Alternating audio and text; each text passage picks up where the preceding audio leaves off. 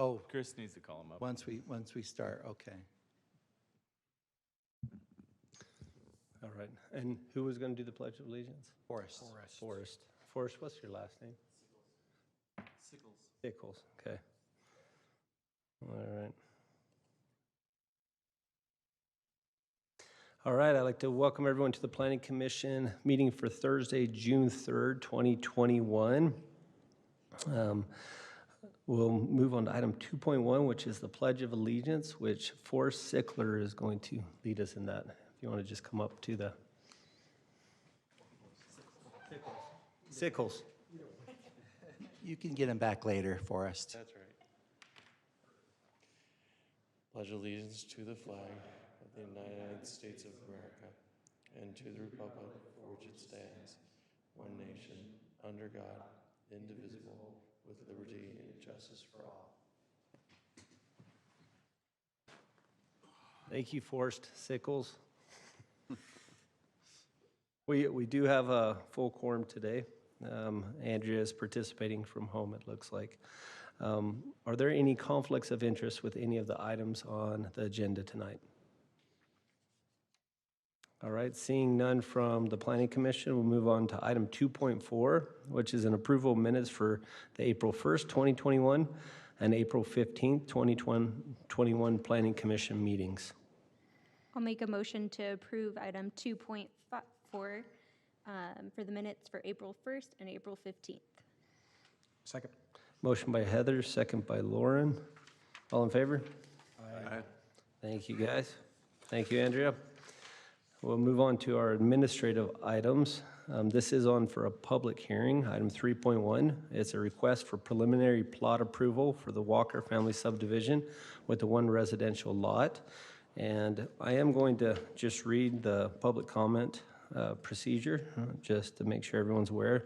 The purpose of public comment is to allow citizens to address items on the agenda. Citizens requesting to address the commission will be asked to complete a written consent comment form and present it to Wendy Thorpe, Deputy Recorder. In general, the chair will allow an individual 3 minutes to address the commission. A spokesperson recognized as representing a group in attendance may be allowed up to 5 minutes. All right, thank you. Clint? All right, it's good to be with you again tonight. I missed the plexiglass already. So for this item, this is a pretty simple request. It's a one-lot subdivision for the Walker family subdivision. So currently, well, let me rewind. Currently, the lot exists as it is. This was part of the adjacent lot to the west several years ago. It was rezoned. As you can see, the striping on the aerial photo or the aerial image here, that indicates that there's a zoning condition. So the property was rezoned back in 2018, I believe, possibly 2017. Anyways, with those zoning conditions, it required that if the property was subdivided, that the lots minimums would have to maintain 20,000 square feet. And I'll get into this again in the presentation. So this lot, after that rezone was taken care of, the property owner went and had the lot recorded at the county without going through the subdivision process. So this process now is just legalizing what's already been done. So it's creating a lot for one new single family. So the things that we're considering tonight are compliance with the general plan and then of course the zoning ordinance, which includes the engineering comments as well. In terms of the general plan, the area shown in the general plan is a low-density residential with 1.8 to 2.5 units per acre, and this requirement would meet that, or this proposal meets that plan requirement.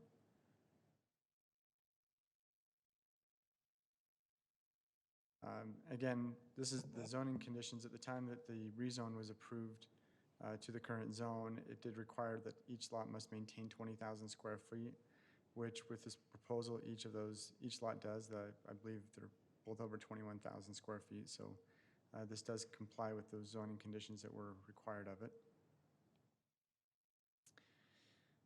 In terms of engineering and zoning, currently the park strip out there is, as you can see, is concrete. And this would require, so with the approval, it would require that street trees and landscape be placed in that concrete area, so the concrete would come out.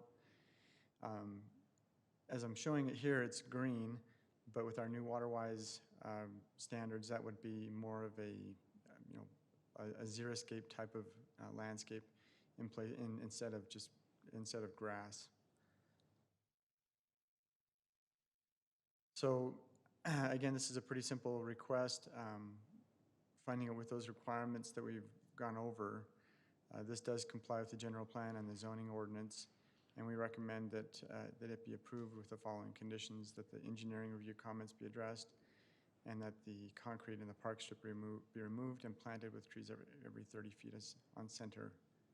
Is there any questions or comments for me this time? Yeah, I have a question. Wasn't there an application on this property at one time before? I'm I not thought sure we on that. denied it because of, if I remember right, Chris, this is a long time ago. It was really close to the original house, and I always thought it was one subdivision. And then they tried to subdivide that. I you think remember what I'm if talking this about? is the same one I remember, they brought two in at the same time. There were two of them, and one of them was denied, and this one was approved. I Because thought, this I was thought when, there was this two was of when them. the 6400 West Flag Lot opened up, Yeah, I right? thought there were two of them, and the other one didn't quite meet the requirement with how it was laid out. But if we approved this, what would it, why, maybe I missed that. Why are we approving it? Why would we? Well, let's say we didn't approve this, so this one may not have came in because it says they went through the county only, right? Maybe the developer can Yeah. jog my memory on that Yeah. conversation, but I remember it was in our old But I do building. remember there were a couple that came in at the same time, and I remember one was approved and one was not. Because I thought it was because when they actually took away the land for the dedication of 6400, it made it so it couldn't be subdivided. That's what I thought the issue was, if I remember right along the, not on this lot, but on the front lot.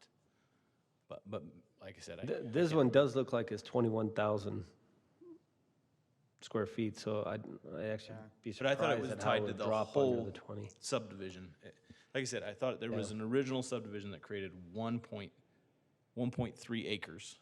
Yeah, I don't remember that part. So, I like just said, can't it's been a remember. while. But this The two parcel, I don't think properties- had been, go ahead. The two properties together are only about an acre. Correct. But what I'm saying is I thought it was one parcel back then. And I didn't know there was two. But so, I mean, we're talking like 4, 5, probably 6 years ago. it would have been one parcel back then. It was one parcel, Uh-huh. but they were trying to do a subdivision on that one parcel. But because of the dedication that they would lose on 6400, they could not do this subdivision. So my question is, did we just go quick claim it? Yeah, dedication for curb and gutter. That's what I I'm think trying that's to say. what is he's we go quick referencing. claim it and separate that off, and then yes, I can go subdivide just the one without having to worry about the dedication. But that's what Yeah. if I ca- remember, and I don't remember the I application, remember- but I know it was on this I remember property. there were about 5 lots that came to us in this area, and I can't remember the Because the house different along the details front, on the each one. concern was the distance from 6400 West Roadway to the house once I we re- took the Because dedication. is this the one on the corner? This is the one right on the corner next to Because they had to to the credit dedicate union. both sides and, And we're talking so about if this, in front yeah, of the building is what I'm trying to talk about. yeah, because they had to dedicate both sides and we questioned if Because you it can met see it requirements where at the that point. credit union is, if you took that right of way along the .53, not the one that you have boxed, but the other hatching. I thought it was one subdivision at that time, and that's. And I why don't we remember, denied it. I don't remember if it was this one, but I do know what you're talking about. I just don't remember if it was this The one. other one was, that we actually approved because it was along that, the other road on the other side of Rose Yeah. Run to the south. But looking at the county plat, there was no other recorded subdivision on this property. Right. It may have been one piece of property just to meets and bounds, but there was no recorded subdivision. Yeah, on that's that. what, I think that's what it was. It was one No, it's- piece of property. Right. But when they asked to subdivide, we said no because it would drop the entirety because we should have got the right of way for 6400. And so it sounds like at that time it was one piece, and then we divided it in half, which you can do, I get. And now we're talking about just that. Yeah, But and in essence, we reviewed this before and we did deny Yeah, it I just because can't- of the right of way. I swear it was. Because I can't remember based off, I know what you're talking about, I just can't remember if this is the same piece of property because there was another one on the corner. And remember, it was the same applicant that brought in 2 pieces of property. And the one on the that corner, lady. they couldn't do, it was a lady. It was the lady, but Yeah. Yeah. And that's why I don't remember this one or not. I remember this one because it put the the house within like 15 feet of the right-of-way. That was the issue, was why. But again, you'd have to go back to the records. Just for maybe additional information for consideration, as Clint stated, the proposal of the one lot itself is compliant with the ordinance, with the zoning conditions. And as he also just stated, it's not been part of a previously platted subdivision. I don't know if this provision existed prior to our current code, and it sounds like that action happened before the adoption of our 2017 code, because I was basically here right after the adoption of the current code that we have.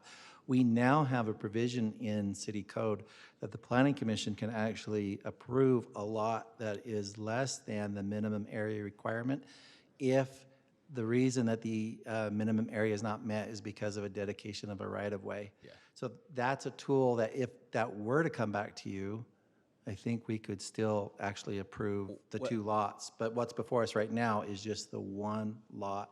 And that was my only Right. concern with just this one, Right. is we effectively could have got the right-of-way in the old subdivision that we were bound to not do. Right. And that's what I'm saying, we're almost going we're going the wrong direction, and benefiting. And I've made the statement before, other cities I've worked for had a requirement that said anytime you take lot away, you have to include the original portion. But we don't require that. And again, because we do so much greenfield development, it's pretty typical for cities who are doing this. If you're doing infill development, that might be more common. But in our case, this meets the standard. Fair. Okay. Sorry. Anything else for Clint? Any other questions?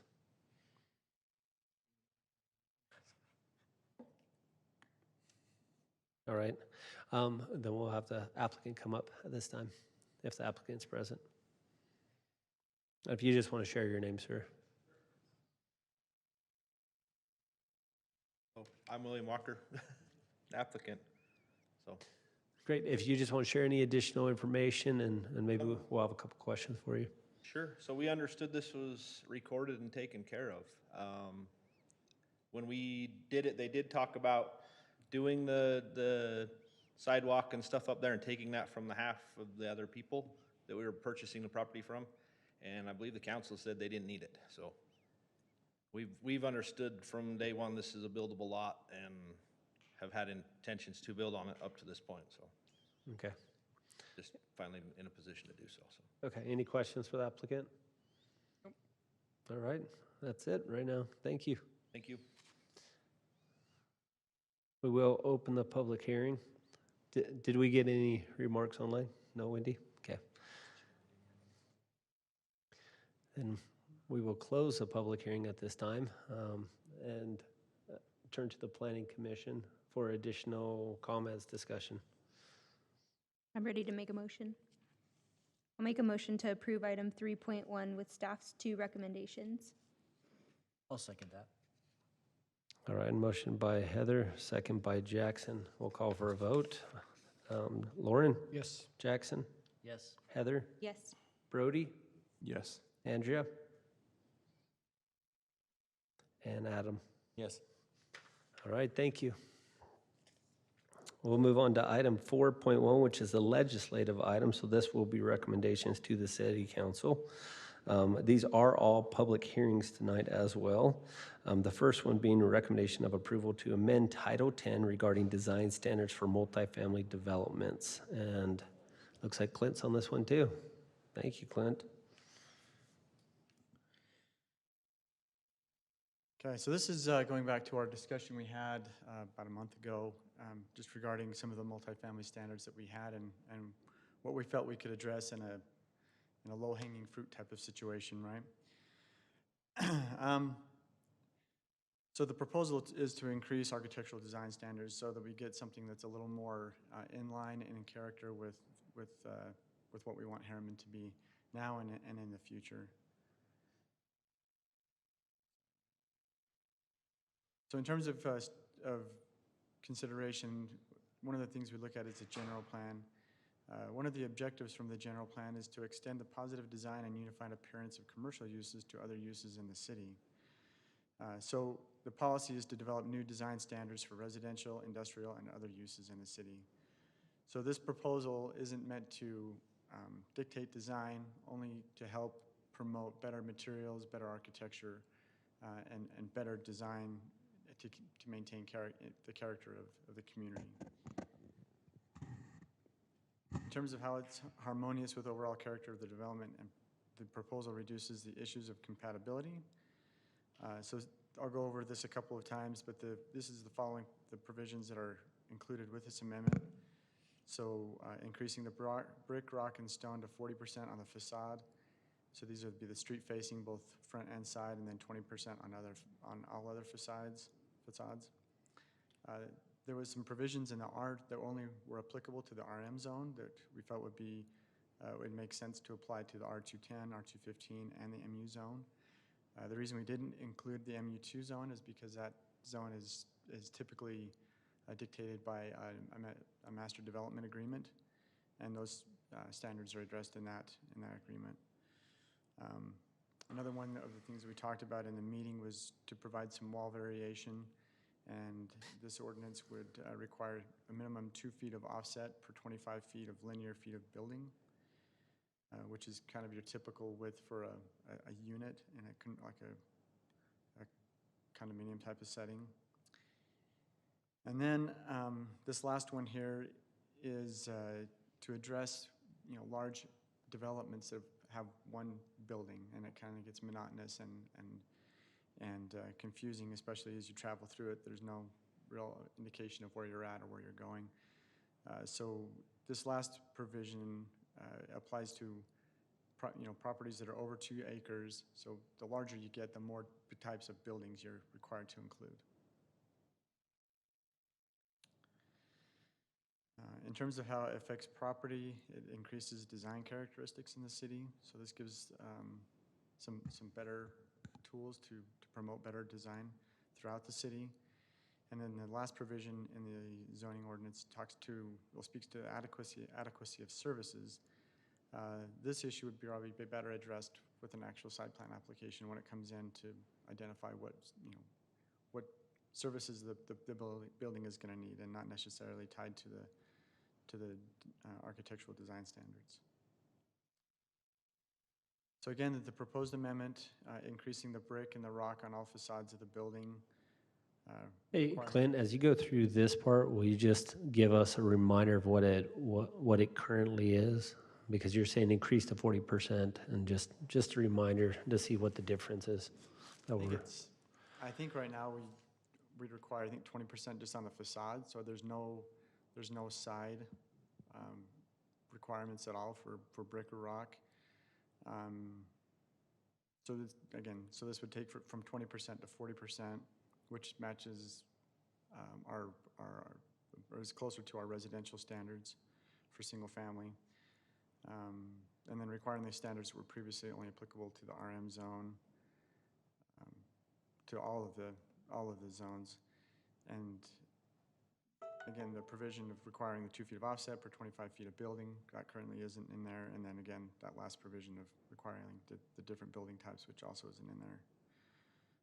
In terms of building types, they would have a selection of, these are the 4 types of buildings they could utilize: garden units, which are these brownstone type of units, cottage or a grand home; stacked units, stacked units and apartments are basically the same thing. One is owner occupied, one is not.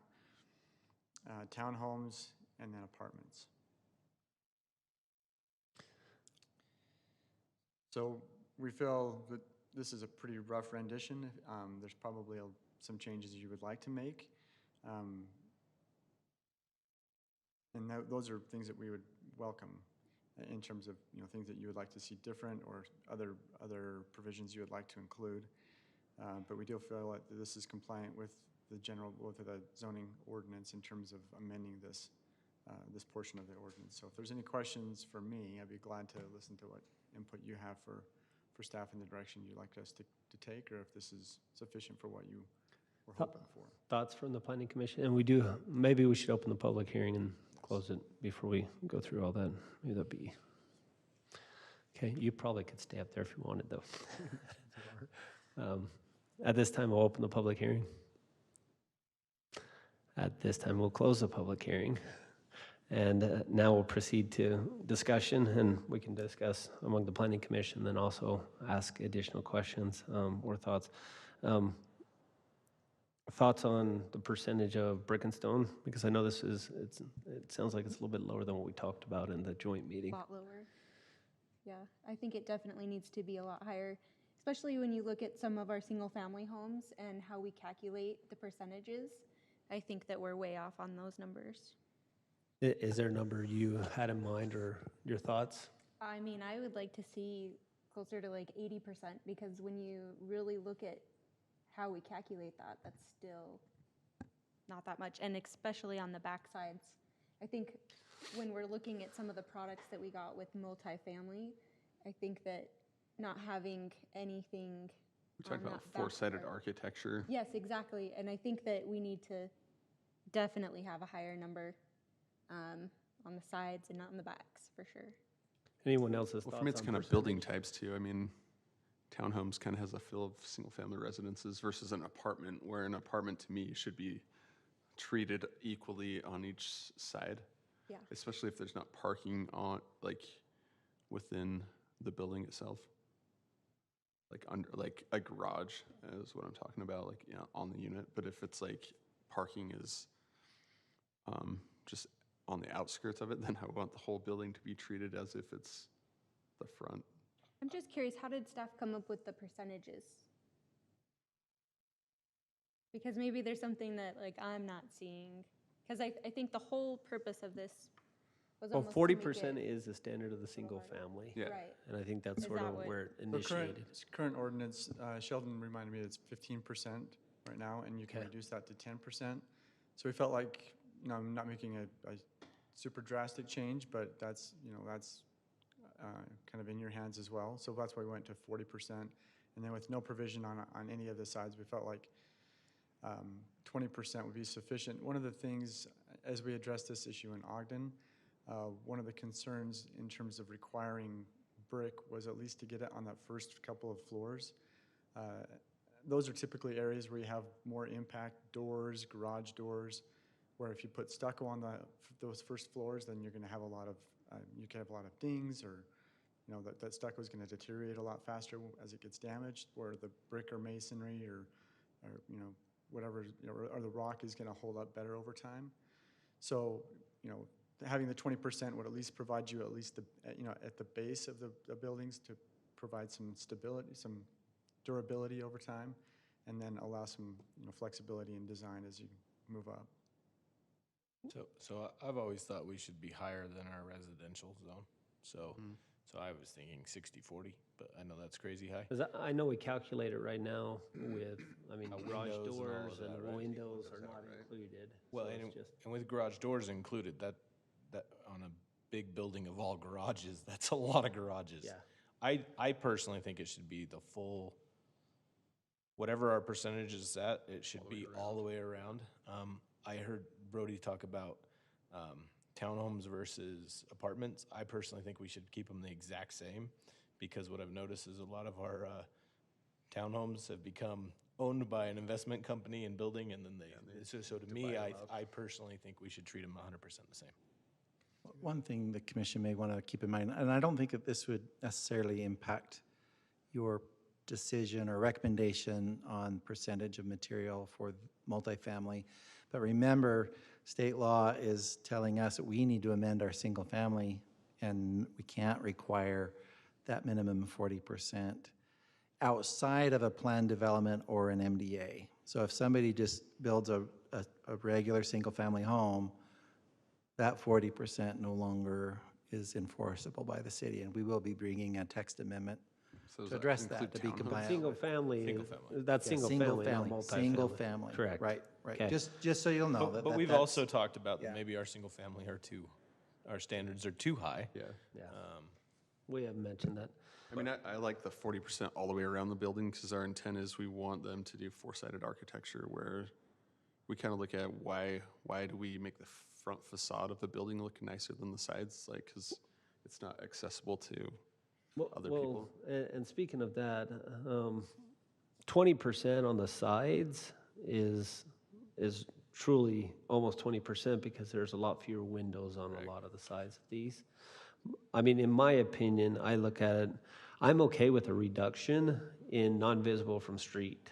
And so if it's a corner, obviously it's the front and the side, and then the back and the other side that's not visible by the street can be a little bit lower. I'm actually okay with that, but I'm still higher as well. I'm more of like a 60-40 is about the minimum I feel good about. So I agree with you on the sides, but I actually think the front and the garage front, rear loaded? if they're rear, I actually think most of these we're talking, typically it's alley loaded most of the time. So I actually think those two sides Which, are if you look at alley loaded, they're very visible by everyone. and those to me are where the architecture breakdown typically is when you drive down those alleys. They're all white stucco.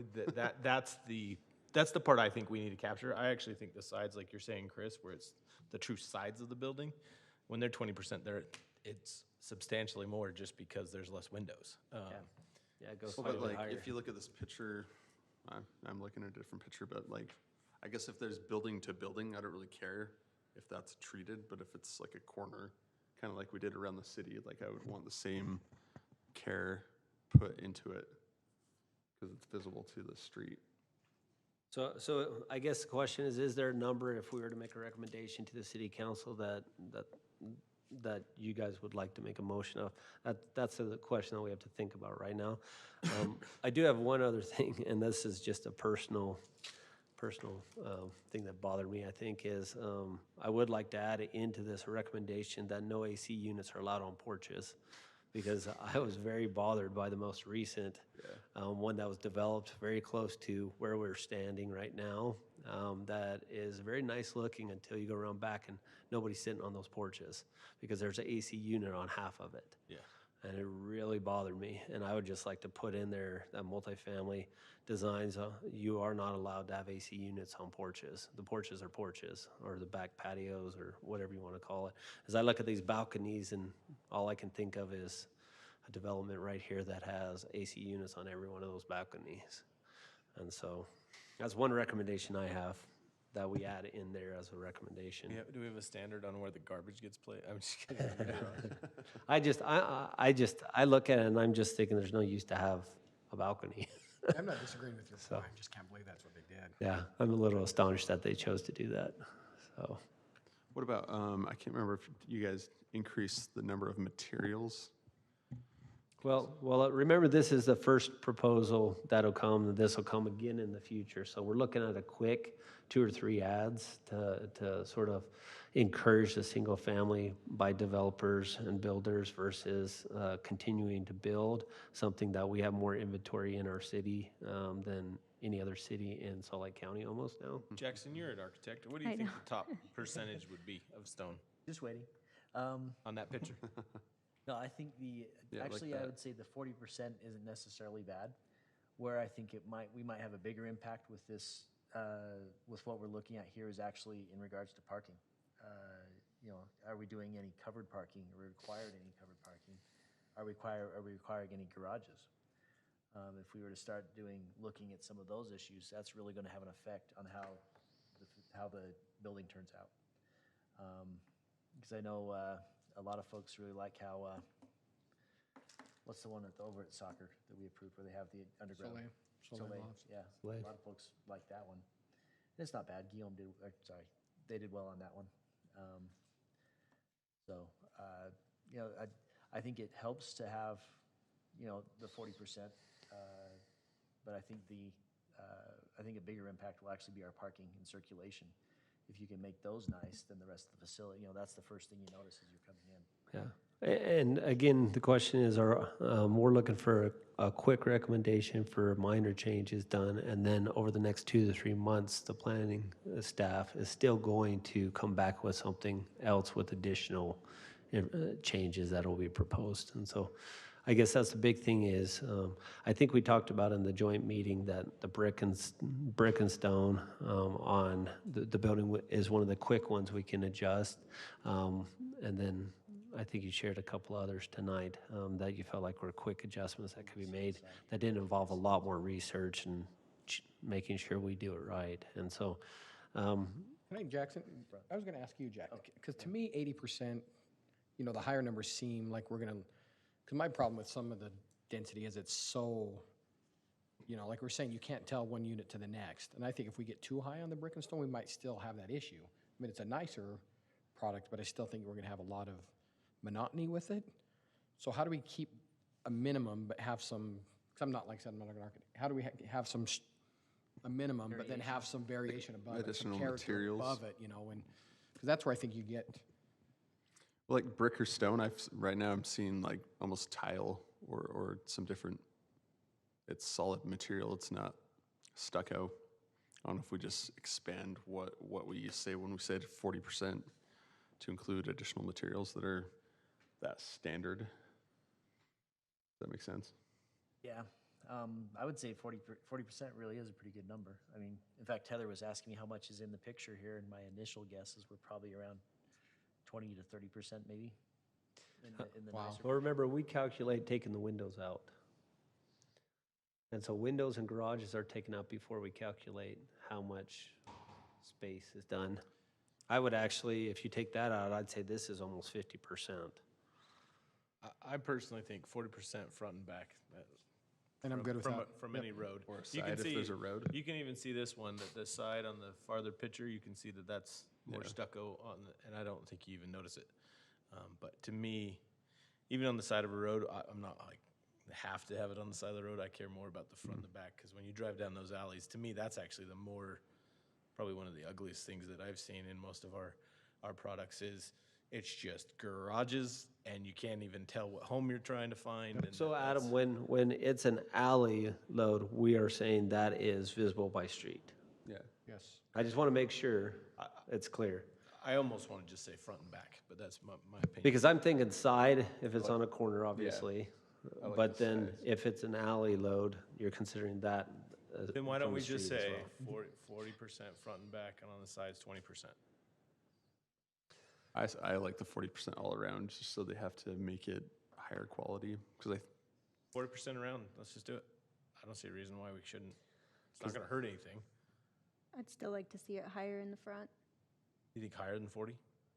well, because See, if we take out windows, like you're saying, like this would be like But we won't have garage, we won't have, well, we will have some garages in the front, but we'll have a lot How in the high are you back. thinking, Heather? I would say 50 in the front, and I think 40 in the side and the back would be great. I think if we really want to change what we're getting, we need to really change. I agree with you, but I think we should just do the whole building. Remember Whatever this- we say, this rather is than just having to worry about a recommendations. side, Whole building. rather than worrying about a side, I think we should just say 50% Again, this is recommendations, guys. as a recommendation. well, I think we need to add in some additional materials instead of just brick or stone. Because for me, it feels like there's other materials that are high quality that aren't those two. No, and this is a question to Clint. I mean, you're hearing everything said here. Now, your personal opinion based off of our quick change versus what we're changing in the future, which ones do you view as, we probably want to research the different materials, let's say, or there's different things that we need to research before we get to the next point? Which ones do you recommend? Are there any outside of the ones you shared tonight that we should consider that we've talked about up here that are quick changes? A good question. I think, the quick changes, we could probably, if you had a material in mind that you wanted to include, we could include that tonight. One of the materials that you might want to consider is like a concrete. When you get into Like a hardy board? Is that what you're considering? not even a hard, just a concrete base. That's kind of more of an urban form, I guess. That's something that you see a lot more on some buildings downtown Salt Lake or maybe even downtown Ogden. But brick, if you want to stay with a masonry type material, brick, stone, and rock, I don't know outside of those materials what else you're really looking for. So It's a material that kind of looks like tile too. yeah. That's probably, Do we need to quantify what type of brick, rock, or stone? I know we've had it If where it's a full brick or full half brick or anything. I mean, that, I think, Jackson, that would be a question more for you, is right now, it just says brick, rock, or stone. Could say you what type interpret of that brick. as not full brick and Oh. It faux says brick? that in this presentation, actually, on page 96. At the very first line, it says manufactured materials may be substituted for real stone products. So if we're really asking for brick and stone, then I think we need to cut that out. Oh, I wouldn't cut that one out. That, well, because that one's a pretty standard staple Yeah, in multifamily construction. yeah, And I'm not opposed to that. so I think keeping that one is probably, because it can be done. So what if we just made a recommendation, Chris, for But- F? I agree, the materials might be something we want to look at in the future, but I think getting that percentage higher around the entire building is the biggest. I think that's the big side. Biggest We're thing really to- coming with a quick one, and then we're expecting something where it's broken down with every one of these details that we talked about in the future. I mean, that's really what we're trying to accomplish, to where we slow down the process of people wanting to come in and only build these, to where they actually can look at it and say, it may make more sense for me to do single family So at I'm this hearing point. shall say make up 40% a all minimum around. of 50% of all sides of the complex. I think that would create a really nice product. I mean, we kind of have seen that. You look, Yeah. look around the one Exactly. we got here with Edge. I mean, it made it pretty Yeah. cool looking. Yeah. I mean, the ones by the high school, I think they have a lot of stone on those. That looks nice. Do you guys have any other questions for Clint? at this Nope, time? I'm ready to Then we'll recommendation. look to make a recommendation, a motion for recommendation. Just as a quick, so this is the short-term comments. Yes, multifamily. correct. Just because the piece I'd like to point out in the two pictures on the screen is one of the biggest differences here is how they've treated the landscaping and the circulation. And so, because on one, we're looking at the garages on one side, and here we're looking at the front side with, some nice trellises, some other things. Even balconies. Exactly. And I Yep. think, those types of things, if we were to make those requirements, that could Is that the also. same product, but just the backside? I think that's a good long-term discussion, don't you think? Or do you want to add it to the short term? Well, one other thing that could be interesting on a short term is if we want to require balconies, and a certain size on balconies, that can have a big difference on how they turn out. Do we require, say, 50 square foot balconies for all units? I love that idea. Okay, yeah, I Yeah. like that a lot. Is that, that'll make a difference. It on really how- changes the feel of it. That was something we kind of talked about in our last joint meeting too, is giving people their own space. And I think that having a balcony really adds to, having your own open space. Then are we okay with saying no AC units on those balconies? Yes. Well, and you also have to be careful, no AC units, and then, not too much garbage. You can see a couple things in the pictures. I think that'll be controlled by the actual association. Yeah, But AC units is controlled by the builder, yeah. so. Commissioners, that. just for your, as we talked about, we do intend to bring back another kind of review of this topic. And that's where we were planning on addressing more site-related issues and also spatial relationships, how the buildings relate to streets and how they relate to one another. We don't really have a lot of standards that kind of govern siting of product in the city. Another thing to be aware of is the percentages that were recommended. As Clint mentioned, we were looking at kind of existing standards that have been used elsewhere on other product in the city. If it's the commission's recommendation to exceed that recommendation, the staff, what we will be tasked with doing, I believe, is we will need to do some additional research. I'm not saying that this should impact your decision or motion tonight, but I think it would be appropriate for us to do a research to look at best practices, look at what is happening kind of within the marketplace in other communities. If we are noticeably above kind of what is kind of typical or standard in the marketplace, we should be able to justify that based on achieving some public policy that is appropriate and defensible by the city. Clearly, if we are excessive without justification, that can be something that could be potentially challenged. So we'll work on getting that information to make sure that we do have, that we can tie it to public policy that's, well-reasoned and mean. Like, for example, Clint was talking about how having that masonry on the first floor makes that more durable. That's more opportunity for kind of harder contact with the building, and you're actually preserving kind of the durability of that building over time and desirability.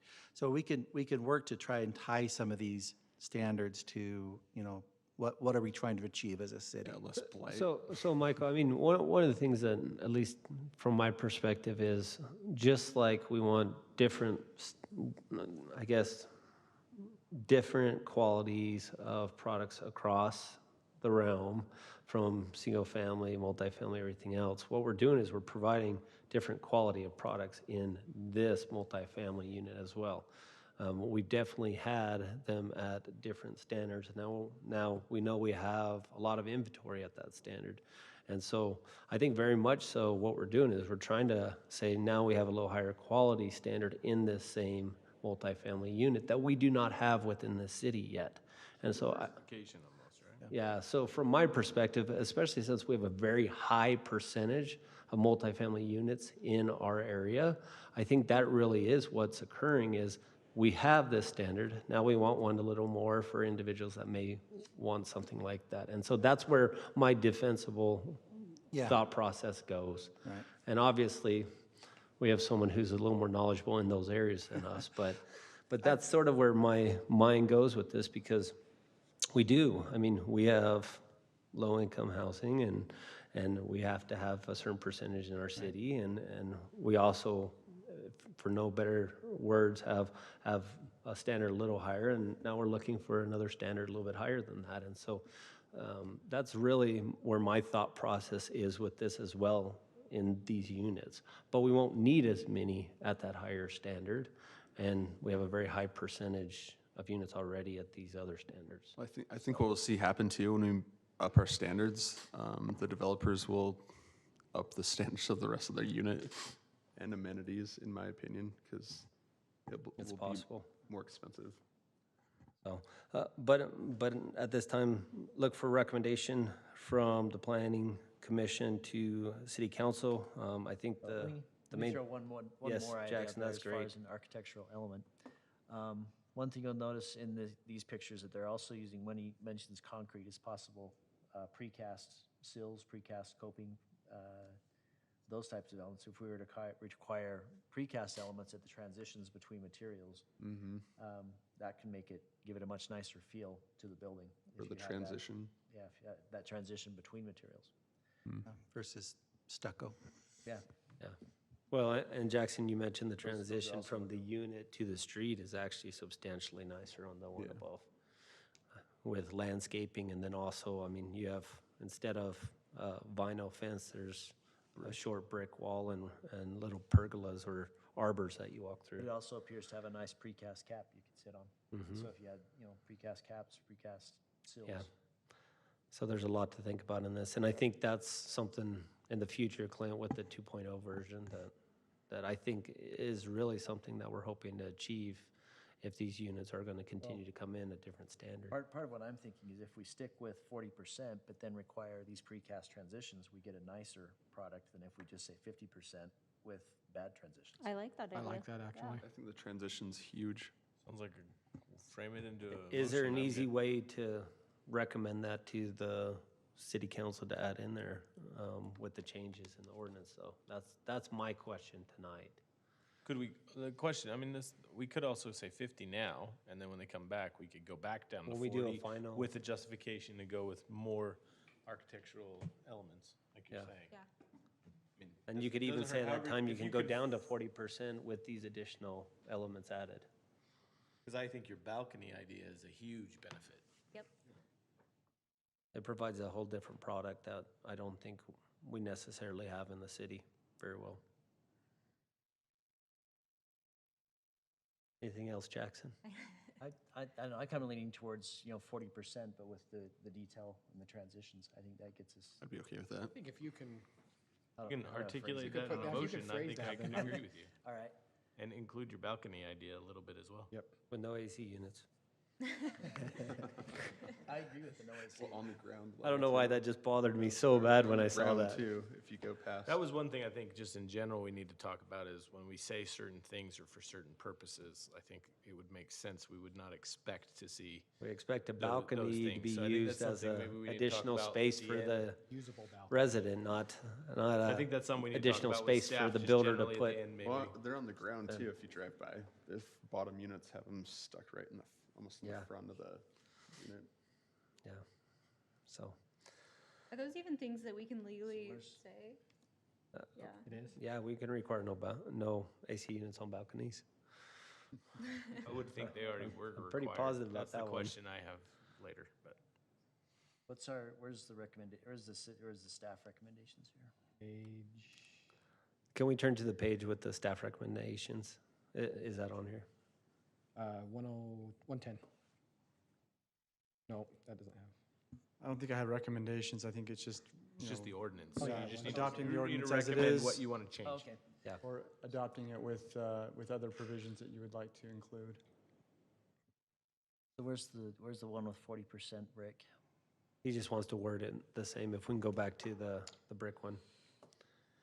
Right there, perfect. Yep. So increasing brick, rock, and stone to 40% for the front facade, 20% on other facades. Transitions between a change in materials should be precast concrete at sills, coping, caps, et cetera. Can I ask one question? Are you saying only on the front facade? like You mean or are you all saying the facades, right? street All All facing? facades. 40% all facades. Is That's, what, that's, Okay, I where just I want to clarify stand which on one that one. that you one, want. that one's pretty firm That for one, me. that one does get a little more expensive. I would say front and sides, but yeah, at least front and visible sides. Because it does cost a bit more to do the precast, but it really does make a big difference, so. Do you want to rephrase it? Just to make sure we're, All right. it's clear.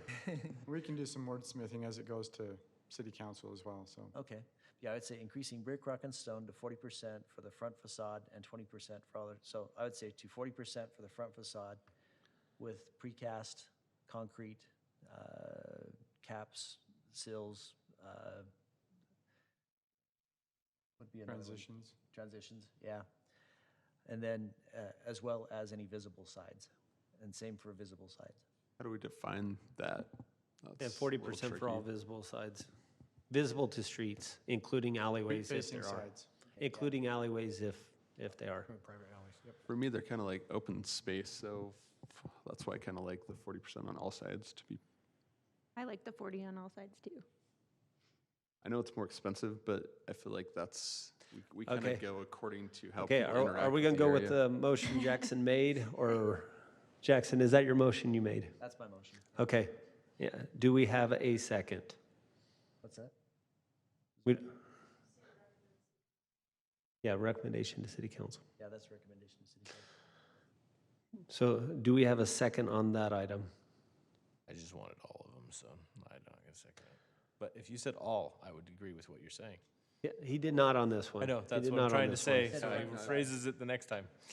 Oh, I said front and sides. All right, Um, that's okay, Jackson. Seeing no second on that, we'll look for And another don't- motion. And to don't be forget, made. you also were, I thought we were gonna put something about balconies, but I don't know if we're gonna do that later. Looking to make another motion at this time. I thought balconies was being left to future. Okay, that's fine. Is that, I don't care either way. Looking to make another motion at this If time. you could throw it in there, all right, You'll get my vote if you throw a balcony. the front, sides, and back for the precast transitions. 40% front, sides, and back with the precast transitions. Motion made by Jackson, I'll second that. a second by Adam. All right, we'll call for a vote, and we'll start with Adam. Yes. Brody, Yes. Andrea, Lauren, Yes. Heather, yes. and Jackson. Yes. All right, then we'll move on to item 4.2, which is also on for a public hearing. Recommendation of approval to amend 10-13 5.E, to modify minimum master plan area.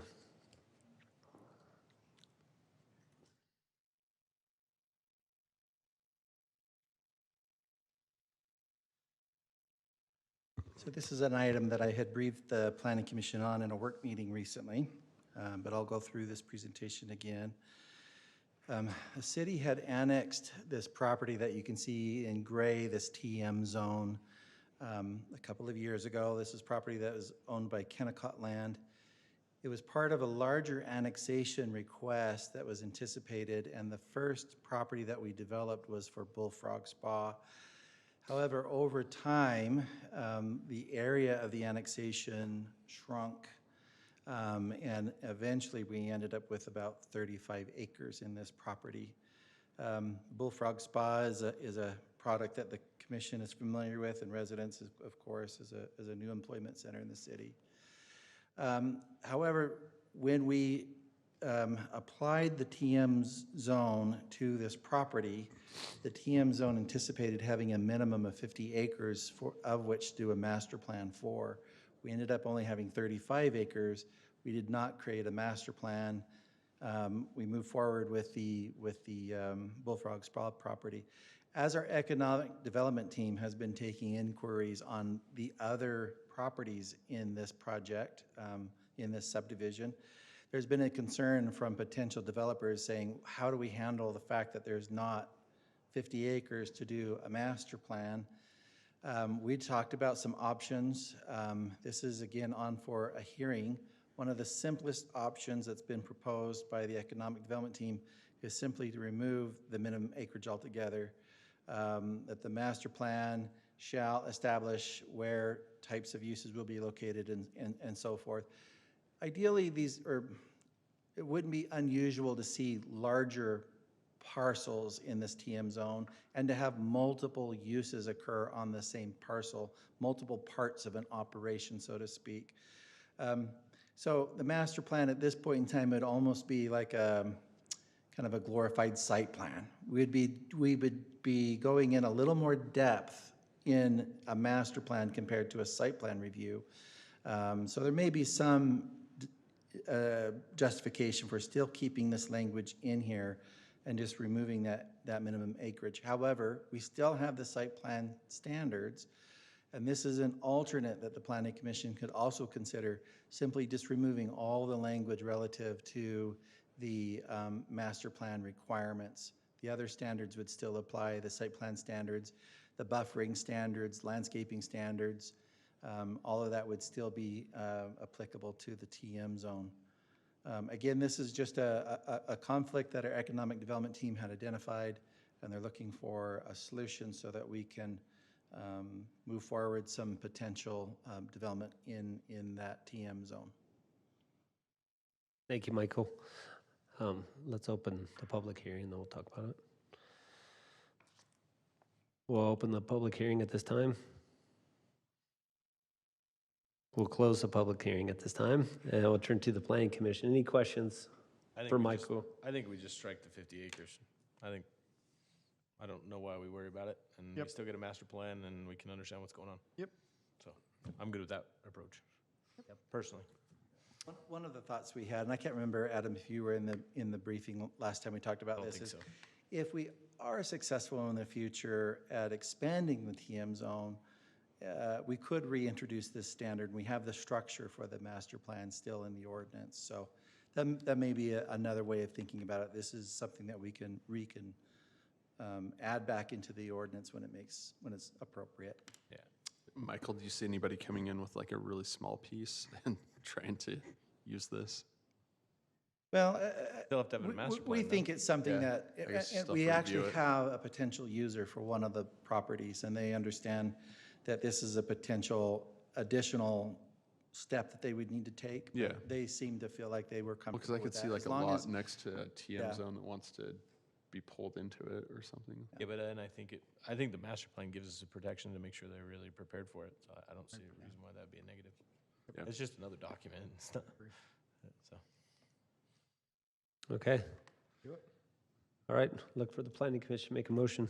I'd like to make a motion on item 4.2 as a recommendation to City Council to remove the requirement of cover at least 50 acres and shall from the current text. Motion made by Adam, I'll second. second by Brody. We'll call for a vote. Adam, Yes. Brody, Yes. Andrea, Lauren, Yes. Heather, Yes. and Jackson. Yes. Thank you, guys. Now moving on to item 4.3, which is a recommendation of approval to amend 10-13 manufacturing zones pertaining to uses and establishment of the M2 zone. And this also is on for a public hearing. Clint? You gave Mike the easy one. Okay, so this is something that we have been talking about for quite some time. I think the discussion is kind of centered around the development closer to where the DBAT is and the dance studio, that area there. Just in regards to what are appropriate uses, what are compatible uses in the M1 zone, and should we look at expanding to an M2 zone, which would allow for more heavier, intense type of uses that maybe would give us the ability to separate some of those uses that aren't compatible with those M1 uses and provide them in a different location. So this is a map just showing the areas of the M1 zone highlighted in yellow. The only one I think, so these are all the manufacturing zones, I should say. So the TM zone, as Mike was speaking to, where the Bullfrog site is, and then a little bit along the corridor, and then more as you get down. I'm going to use down in this area here. So the proposal tonight is to create, again, better compatibility for these zones and the uses that exist in them. Creating the M2 zone, and then looking at the land use table and kind of shuffling around with different uses for the proposed M2 zone and what is now appropriate for the M1 zone as well. So the proposed amendment, again, is to amend Title 10, Chapter 8, Section 1, establishing the zone, and then establishing the standards for the zone. In terms of setback that are similar to the M1 zone, and then this would also establish a maximum height for the M1 zone at 50 feet, and not having a maximum height for the M2 zone, and then allowing for 90% of the lot coverage, where I think the M1 zone now only allows for 80%. And then again, amending the uses in the M1 and M2 zones. In terms of setback, or in terms of building height, the M1 zone, that was, we did a little bit of research on other cities. That's something that's fairly standard, is the 50 feet in an M1 zone. Typically, you're going to get the kind of contractor shops that are, maybe a couple of stories. Not a lot of times you're going to see that 50-foot requirement or provision anyways. So again, in terms of looking at compliance with the general plan, this does provide support services to commercial areas.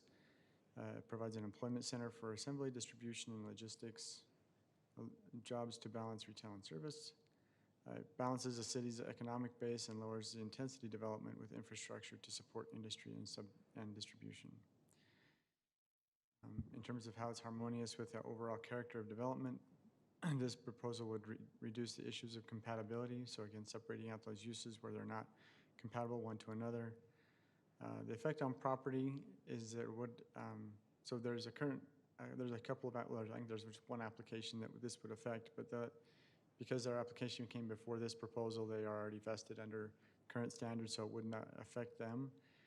However, when they came in and developed, they would be considered as legal non-conforming, so they would be able to I think there are limitations on expansion and those kinds of things. There is an existing welding and soil processing shop as well that would be considered as legal non-conforming. And then one of the provisions is to remove the sexually oriented businesses from the M1 zone and locate them in the M2 zone. In speaking with the city attorney on this issue, so currently we don't have any. So there's a requirement by state that we have to allow for sexually oriented businesses in the city.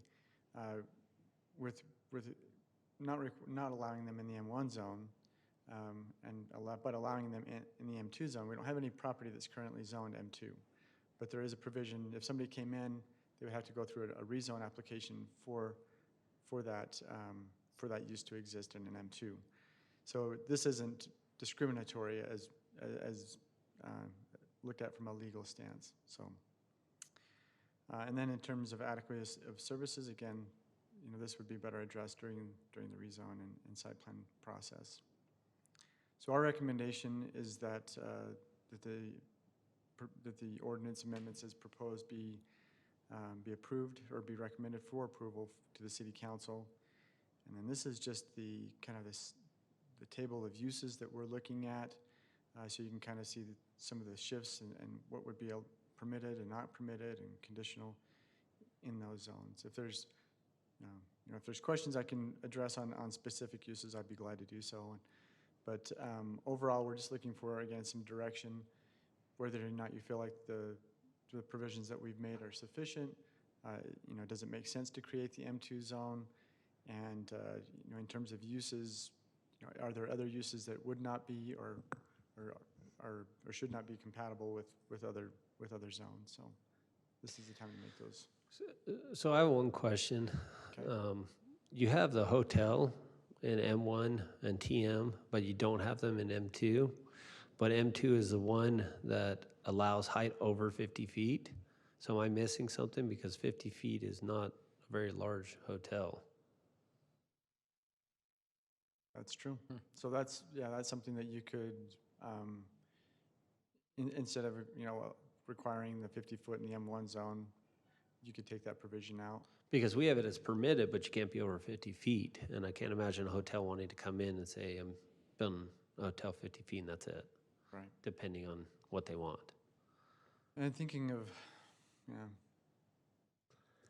Because I can think of one or two spots where we probably would throw up an M2, which would pretty much allow all of it, plus a hotel that allows a higher amount, a larger hotel. your recommendation could either Am I, be am I allowing, missing something there, guys? Or, No, it makes sense to me. I don't know why we wouldn't just put permitted in M2 as well. yeah. The one for me that I still think we should do conditional is the RV storage yard instead of permitted. In the M1 or M2? Sorry. Both. Both. I think it should be permitted always because I worry that that's all we will get. Or sorry, conditional always because I worry that's all we will get, especially since the majority of our new construction do not have the ability to store their RVs in their property. So that's my only concern is we will start to see all of our, no different than our commercial that turns into school. I have to say that once in a while. It'll be RV parking. And is the 43 meaning a max of 43? What does that 43 mean? 43, so in our table of uses, it has these little numbers by them. So the 43 is stated down below. It just says it includes a 6-foot high solid visual barrier got it. fence or masonry wall. I can see it underneath now, I just All missed I'm it. saying is switch that to a C. That's it. P to a C. I got the 43 now. I just like to draw. Sorry. You draw a C for me right there? I'm just messing with you. Just for the commission's consideration, there is not a pending development request behind this. Sometimes some of these text amendments come before you. We're working on another project or something that's dependent on this step. That's not the case on this text amendment. If for any reason, if the commission feels like we don't have it right or you want us to do more work, we can bring this back to you. I do have a question with the wireless telecommunication facility because you're allowing it to have no height in the M2 zone if they were to put in the M2 zone. So I'm not sure we want a 300-foot, not saying they'd ever build one, but when do we want, I'm a little iffy about the no limitations of the height. But I'm perfectly okay with, we can have it over this height, but it's based on conditions or So something. we have a separate regulation for telecommunication towers, and Okay. they do have a height specified. Anytime you Okay. have two conflicting Which ordinances, should be fun. you always go with the more specific or more restrictive. So I just would saw that it address said issue. permitted in a zone that has no height requirement. So then that's taken care of. Another thing in terms of those wireless communications towers, if you allow them to be taller in these manufacturing zones, they could locate more antennas on those areas, and then that reduces the number that they would potentially need in residential, or, you know, That's true. see less of those throughout the city.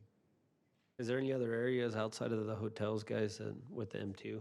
And then also what Adam mentioned with the recreational vehicle storage that we'd like to bring up here? And right now, currently, we don't have anything zoned M2, obviously.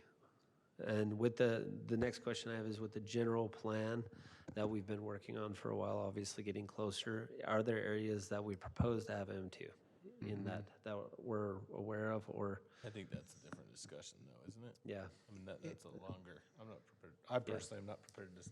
yeah. I guess I'm just thinking in my mind if we're, because you highlighted like 3 yellow areas, and in my mind, I'm wondering if, want to make sure that we're preparing adequately in the general plan, and that's Could I something miss that we need to. hospital if we have, or is that under? I think that we see the M2 zone kind of, from what I have understood, kind of going down more in this area here, just on the south side of town. Okay. I do wonder if by Real Salt Lake, we may end up having something fall in that area at some point, but we'll see. Because, and I know we've had a hotel come through that we've talked about in, up by there. Are they only 50 feet? They can go in commercial. They're going to commercial. They're going to commercial and the So that's limit's fine. not there. Yeah, so it doesn't matter. Okay. All right. I think Jackson had a comment. Well, I was just kind of thinking, a hotel and a manufacturing seems a little incongruous. I'm just Yeah. wondering. Yeah, probably won't go there. I wouldn't see somebody putting a hotel in, you know, next to manufacturing, but. I think the only reason it's in there is because if you look at where we're locating those zones, it's by those those transportation corridors. So I actually think what would happen on a hotel is they'd request to go to commercial, so they could put a hotel on it. And I think we'd all say, yeah, that makes sense. As long as it's not a school and commercial. Yeah.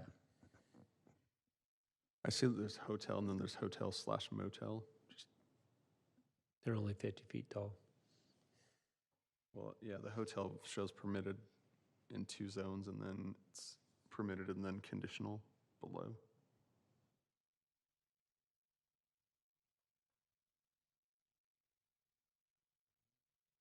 I'm not following.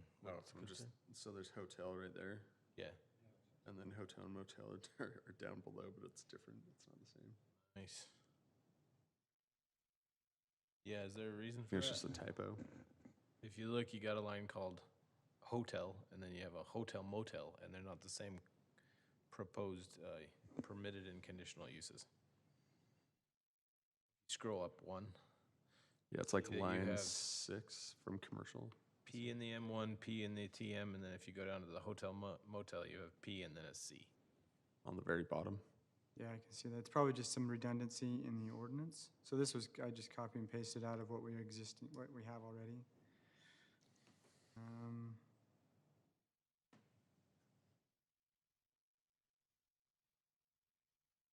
But yeah, I think I just tried, so where it has, on the hotel motel, that was currently not a permitted, or it just was blank, which means it's not permitted there, so I just matched what was existing in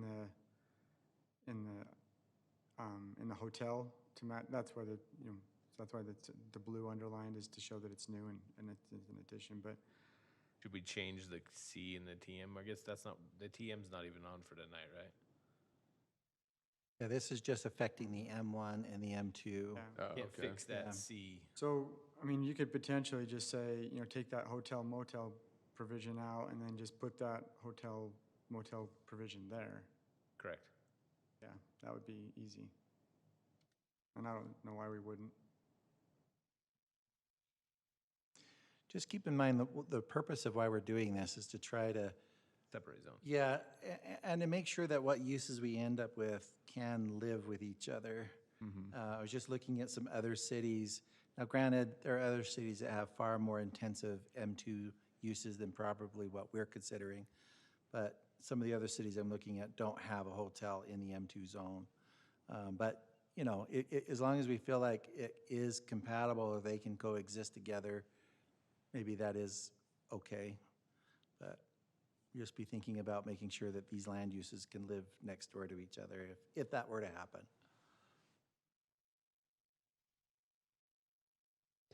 All right, thank you. We do have a public hearing, and I need to open that up.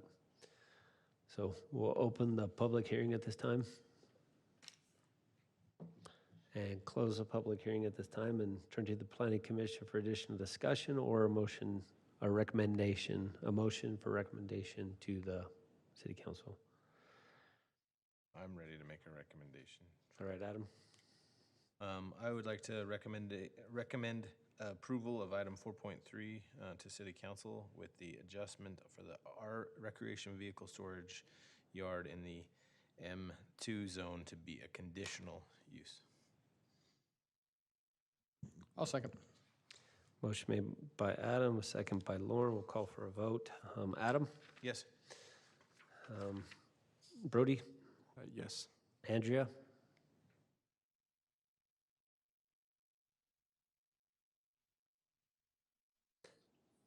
We can now. Thank you. Thank you. Lauren? Yes. Heather? Yes. And Jackson? Yes. Thank you so much. And the long-awaited conversation about shipping containers. And this is on for a public hearing as well. Michael? I'm wondering if this is why Adam came and joined us in person. He's tonight, excited. Just for this topic. You read my mind. So before I go through this presentation, I want to be clear in that the city does not prohibit the use or reuse of metal shipping containers. The issue it has been, we treat them as an accessory structure.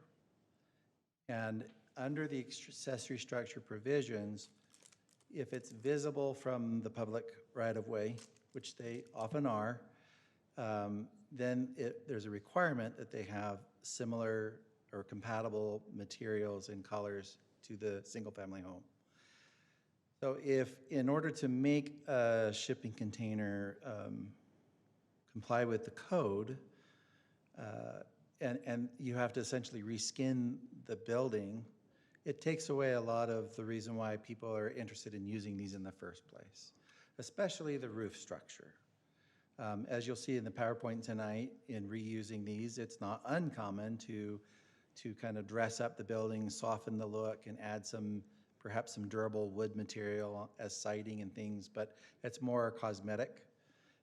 When you're introducing a roof membrane over the shipping container, it's kind of redundant, right? It doesn't really serve a purpose, and it's more costly. It's a more costly building element to add to the shipping container. Again, it's just kind of the interest in using these is the idea that it's an affordable reuse that many people are having more interest in taking advantage of.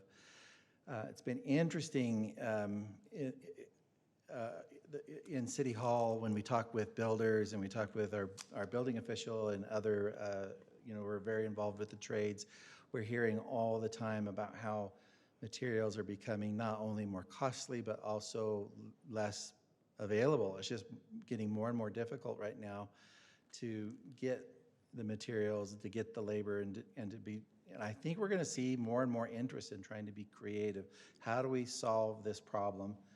And as we've been talking about already in previous work meetings, because of the import-export relationship that we have as a nation, we're bringing in more of these containers than are leaving our shores, and they're here. And people are trying to find a way to take advantage of that as a resource. So again, we do allow them, but they are just regulated to a point where it discourages reuse. And the question is, do we want to change that as a city? Do we want to do something different?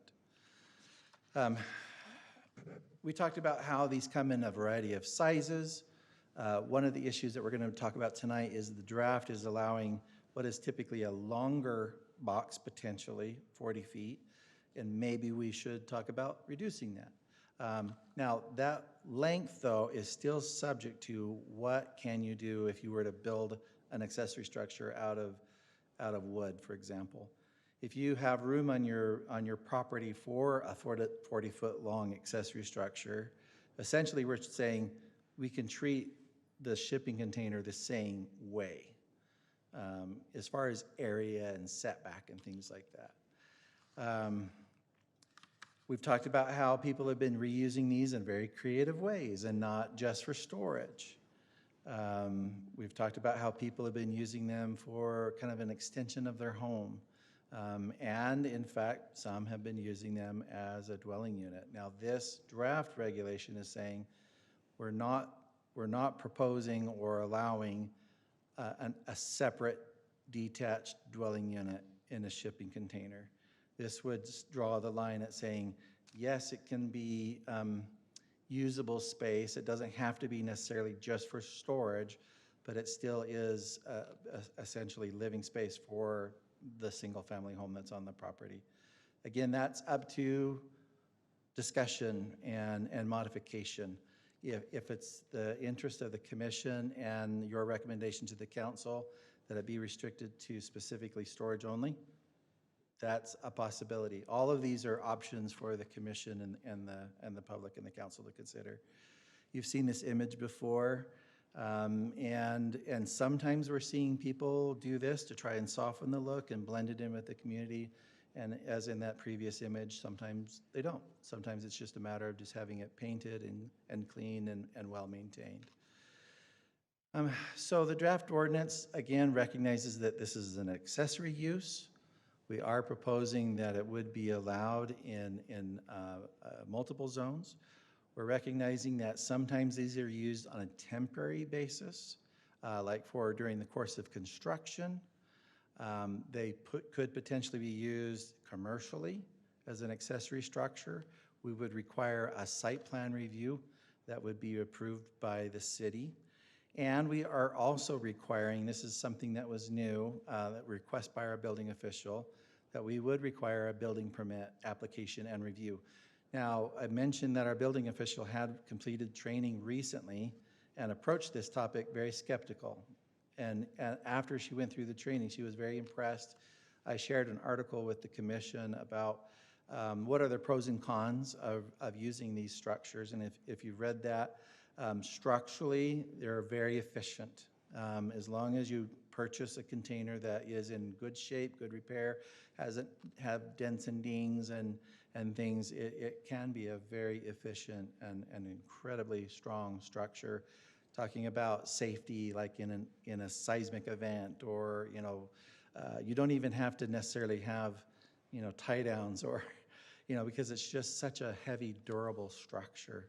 So, but having said that, we still are concerned about some of the health-related issues, especially if we're talking about introducing some type of living or using space and not just simply for storage only. We included a number of these standards. We reviewed these in a previous work session.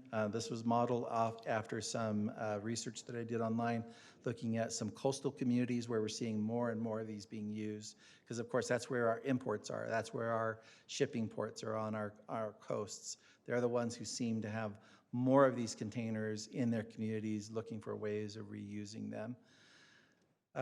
We did talk about having an additional standard for, number 10, no commercial advertisement or graphic shall be visible within or from an adjacent agricultural, residential land use or district, or from a public or private street within an agricultural residential district. That was an addition that I think it was Commissioner Garcia had mentioned in our work session. We also had a request from the building official, item number 12. They did some research with other cities, finding out what is kind of a good placement, what kind of structure or improvement should be underneath these containers. And preferably, they want something that you're able to ensure that it's level and will also drain. And a simple 3-inch layer of gravel that is contained by some kind of border is sufficient. We talked a little bit about whether or not we could also do like some type of concrete pad or blocks or something And those would be potentially accessible as well. That's why it says an alternate system may be approved by the building official. So again, we have the draft, but there are a number of issues that we would like you to be considering. One is, should reuse of shipping containers be a permitted use? You know, however you want to use it, is this just something that's an administrative review? Most of our accessory structures, that's how we, you know, we have standards, we review them against the standards, and they would be issued by staff. Although in our previous conversation, we talked about potentially having a special exception process for accessory structures that fall outside of our standards. So that's an issue for you to be thinking about. Should reuse of a shipping container, whenever we're talking about some kind of living space or occupiable space, should that maybe rise to a conditional use standard if we even want to entertain that? Should we list reuse of shipping containers in the land use table and restrict it to specific zones? Or do we just continue to say this is an accessory structure, we allow accessory structures in all zones, and they have specific regulations for each zoning district?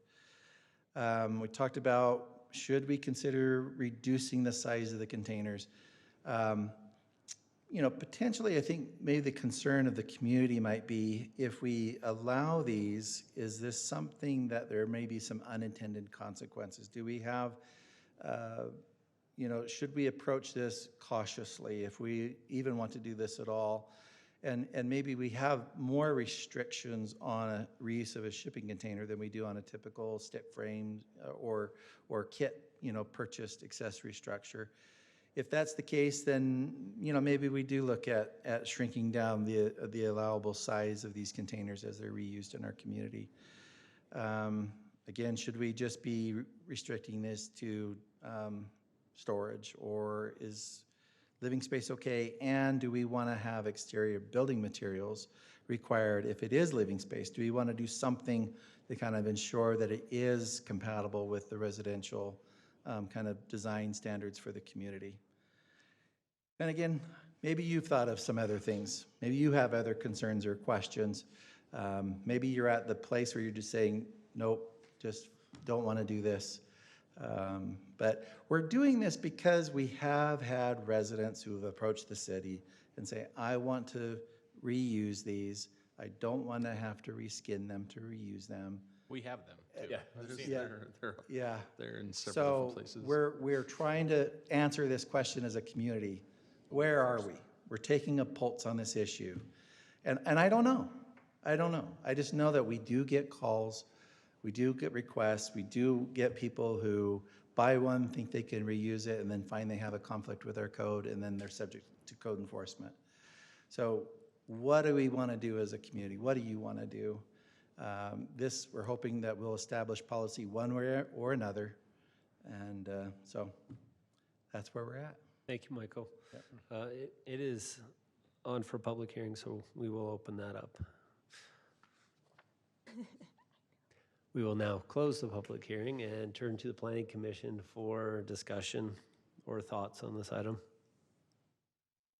Honestly, I'm not super opposed to them as long as they look like the house. I mean, I think that's key, and I think our current accessory ordinance covers it, so I don't really see the benefit to have a special piece, whether you live in it or as a living space or it's your garage space. I personally don't care. I think trying to tie it to make sure it blends in with the surroundings. Because if you go back to the picture of the wood one that looks like a living space, I don't see any issue with that at all, personally. I think the bigger question is does this body feel as though we should allow it as just a plain accessory building as it is with a shipping container?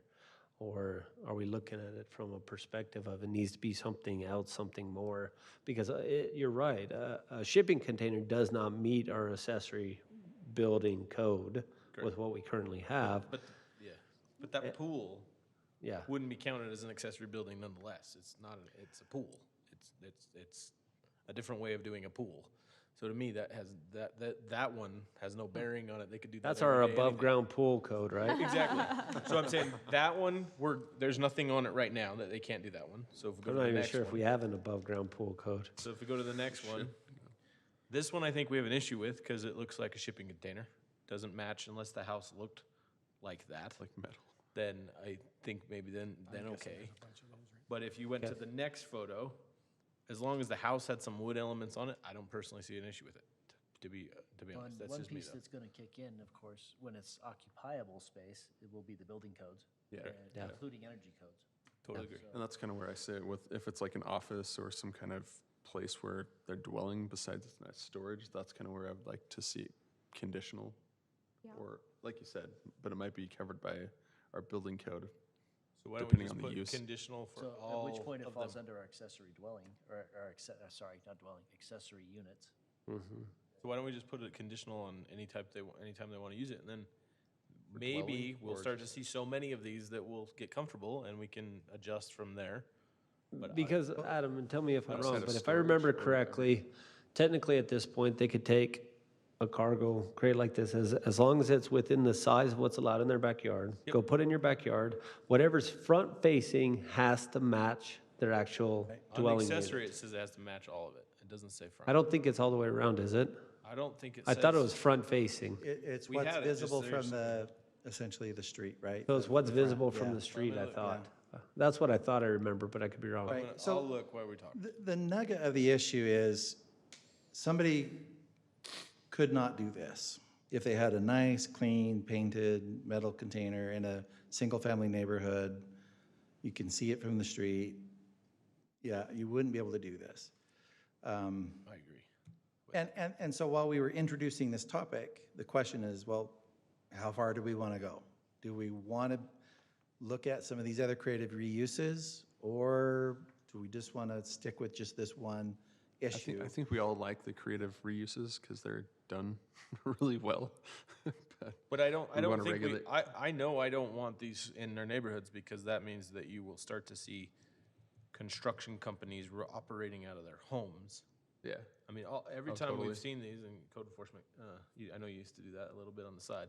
That's where we have these. It's the ones that are their problems. So why are we going to allow it? So I personally don't know why we want to reward the people that are breaking the rules. So that, to me, I get reuse, totally get it. And you're talking to one of the guys that loves, I just remodeled a 1975 hard-sided trailer from scratch for a year and a half. I love that kind of stuff, but that's not this picture and what most people are trying to do. If you go to any of your slides that look good, I actually think that makes sense. Let's look at it as a conditional use and see if it fits within the neighborhood means. Yeah. So I think those make sense, but to have that be your garage, and right now our ordinance says 600 square feet. So if you had a 20 by 10 little Costco plastic shed, and then you ordered one of the big ones, you could do that as your total accessories for your lot under half an acre. Yeah, and this new provision would still be subject to your lot coverage standards. This doesn't allow you to exceed that. Correct. But you could buy 3 of the smaller ones and still meet that intent. And I bet you'll see more of these, especially in post-COVID, where people want to have a little more office space and they put a little living space outside. I get it, but I think doing it conditionally so we can make sure they've tied in the landscaping, they've tied in more than just I slapped a building on a flat gravel pad. So, but, I mean, right now we have the accessory building, we don't have, I mean, there's not, correct me, I'm trying to think through this, but if we have one of these small size shipping containers, is that still subject to the accessory building technically? So the accessory Yes. building architectural Yeah, standards okay. say, and this is because we talked about it in the pre-meeting, and assuming you guys copied these out of this is for all, except for accessory structures in the agricultural that are used for agricultural purposes, accessory structures exceeding 150 square feet. So that'd be a 15 by 10. Yeah. I don't know the sizes of these. Shall be compatible with the main dwelling or building in regards to materials, colors, and roof lines. It doesn't say side, it says the whole thing. Not the front facing even. Now, if you Okay. bought a little small one, and I don't know, maybe they have a 10 by 15 Jackson. I've seen these on construction trailers, but I've never seen a one. I think you can get them like 10 by 8. But I mean, those are pretty small construction trailers. It's just a one. Yeah, there are Had little these for ones, some but- security things before, but, so you could squeeze one of these small ones in and not, you fit all of the architectural standards, because it's the small ones. And we have to have that provision in there for the Costco plastic sheds that everybody buys and stuff like that, that you kind of are stuck. But putting they would have to completely put a roof on top that matched your roof, and then make it look like your house in colors. And we said in regards to materials, colors, and roof lines. That's what our current ordinance says. Yeah, for me, that feels a little excessive, like, but I don't know how to So I address guess it the now. next question I'm is, comfortable with that. For that big of a building, a 40 by 10, I mean, 3,200 square feet? Or that's 4,000 square feet. yeah, So then you're putting That a, could be bigger than the house. 400. It's 400, 40 by 10. 40 by 10. 400. 400. But you're talking right now, if you build a garage, if you built it out of wood or metal studs or however you want to do it, if it's over 150 square feet, so 10 by 15, you have to make your shed look like your home. Whether we enforce that or not, that's a different standard. But Again, that's where our residents are saying, then why buy, reuse a metal? yeah. Because if I have to That's where I'm reskin kinda it stuck. completely, then what's the point? Because I'm like, if it looks different than your house, and it looks nice as far as building materials go, then I feel comfortable with that. well, yeah, but know. Brody, what I keep going back to and thinking about is for every 20 shipping containers, we may have one that looks nice like that. The rest are just shipping containers. and they're mostly just yeah. truly For storage. shipping containers. I think people might fix them up on the inside. I don't know that they're just for storage. I think they might have. I just think they're gonna look like a shipping container. Yeah. And But that, I do to have- me, I mean, we have 4 That's on kinda where I'm- 139th, 134th. Yeah. I mean, admittedly, we do have requirements to be rust-free, that it be painted a neutral earth tone color or color consistent with the principal building. So, But there's no way our code enforcement will ever have time to go look at that but we, versus them taking the time to actually build the structure appropriately. Now, let me expand this discussion just a little bit. We've been talking about it as accessory and generally accessory to single-family dwelling, but we haven't talked about it as far as commercial or agricultural. And in those situations, I think I see no problem in an agricultural setting because it's That's where agricultural. I'm at, Is that like A25.25 though? 2.5 and above. Anything with agricultural label, technically. Yeah, I agree. That's kind of what I was stuck on is like minimum acreage because that's one thing I'm worried about. You get these really small lots and it's like, hey, I can get a shipping container for less than I think something None of the else. small lots would be able to, because those of are all their square R zones. footage. So the A zone's the only one area you got to worry about, or like where I live, that is an 8.25. Yep. And those are quarter-acre lots. So maybe we make it just, But that's why I like it tied, I personally like it tied to the architectural, because I think it ensures that it fits into the smaller areas. I'm actually okay, and there is, just so you all know, there is a standard uniques for structures in agricultural zones. And it says that if it's for the purpose of animals, storage of feed and farm equipment, so we're talking the big lands, the very few farms we still have, they can do whatever they want. They don't have to meet that landscaping requirements. That quarter acres, halves, those have to meet the matching look. And I think you could do, I agree with the roof line, and maybe that's where we pull off the roof line. Maybe, honestly, even on accessories, if you think about it, does the roof line really matter? But the sides and color, at least making it so it's not a big bright red box next to a tan stucco home, is I think the intent, right? Yeah, Is neutral to make colors. make it stucco and not this big metal sided thing.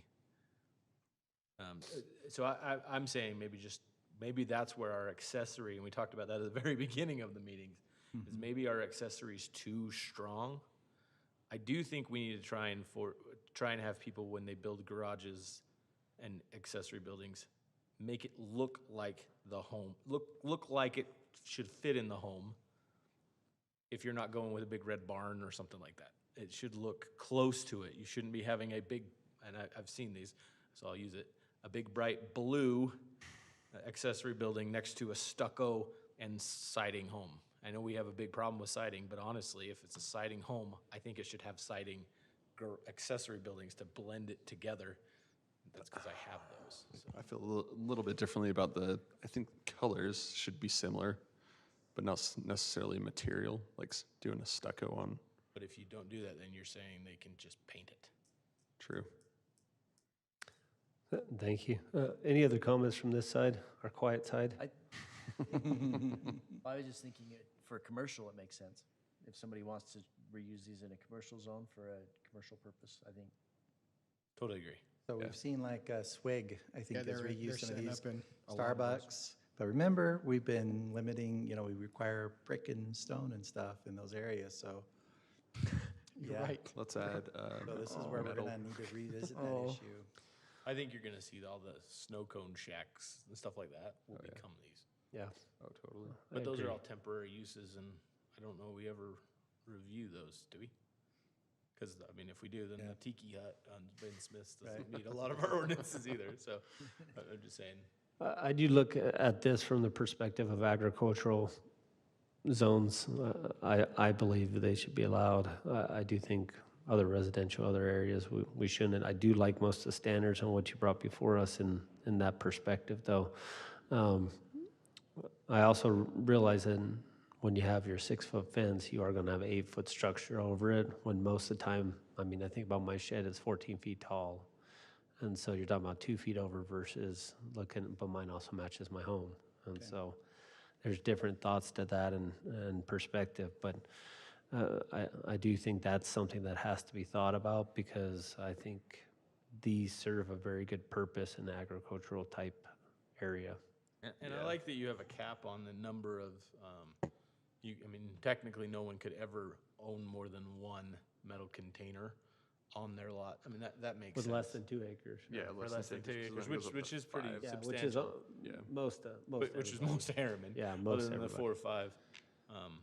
I think we need to also say city can have these, because I know the city has these at Butterfly Well, Park, and right? that's an issue that our current interim city manager and the city council has been talking about, is we're inconsistent. We've used them, UFA has used them. If we're not going to allow residents to use them without refinishing them, then maybe we shouldn't either. We should find another storage solution as a city. So that's another reason why we want to have this conversation with you and the council to figure out what is our policy, what do we need to do moving forward, how do we treat everyone equitably. But I would Public, say commercial, those are in and the A zone, they're in agricultural, they're storing, they're in large And I mean, land. like Butterfield Park, for instance, That was brought up with the that's an council. example of it. And But I agree, those ones Commercial, do public, need to, and agricultural.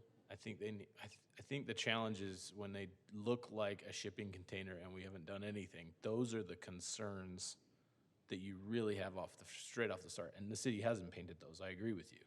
If you go to most job construction trailers the job construction trailers are switching to these, because it's easy just to ship and drop.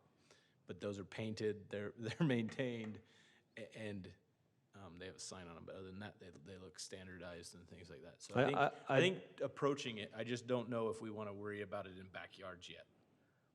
For small, that quarter acre, because really, to me, it's the A zone, because the R zones just don't even really fit. It would be And I the agree with that. 8.25s. Yeah. plus, I think we just need to think about what we want to see in the actual quarters to halves. Because those are the ones where I don't know that they fit unless they look like the home in some way. Like I said, I'm ignoring. well, the and we roof. could go 8.5, or we could choose to do higher ones. Yeah. A1 zones that Maybe they're we allowed maybe in we or skip whatever. maybe we skip it all together, and but I think Brody said tie it to an acreage. You have to have an acre in order to do one of these. Or a half Even a half acre. Half acre. Half acre plus, or you that these say are you allowed can in. have a 10 by 20 if you have a quarter. Half acre or more, these are allowed in. And granted, this is a recommendation to the city council, guys, if we're going to make But I one don't know today. that I'm ready for that recommendation for me, to be honest, because I don't know what I want.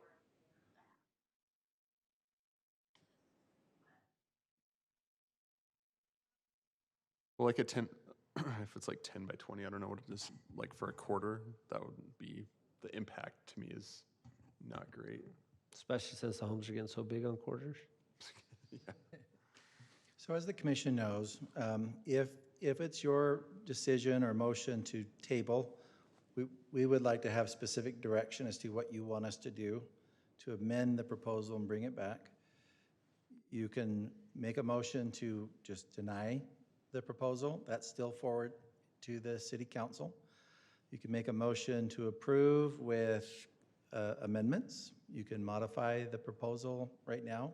There's still stuff I think about. You know, obviously, if you table it, we'll bring it back to you at the next meeting potentially, so. So Michael, everything you have, I'm comfortable with at half acre and larger.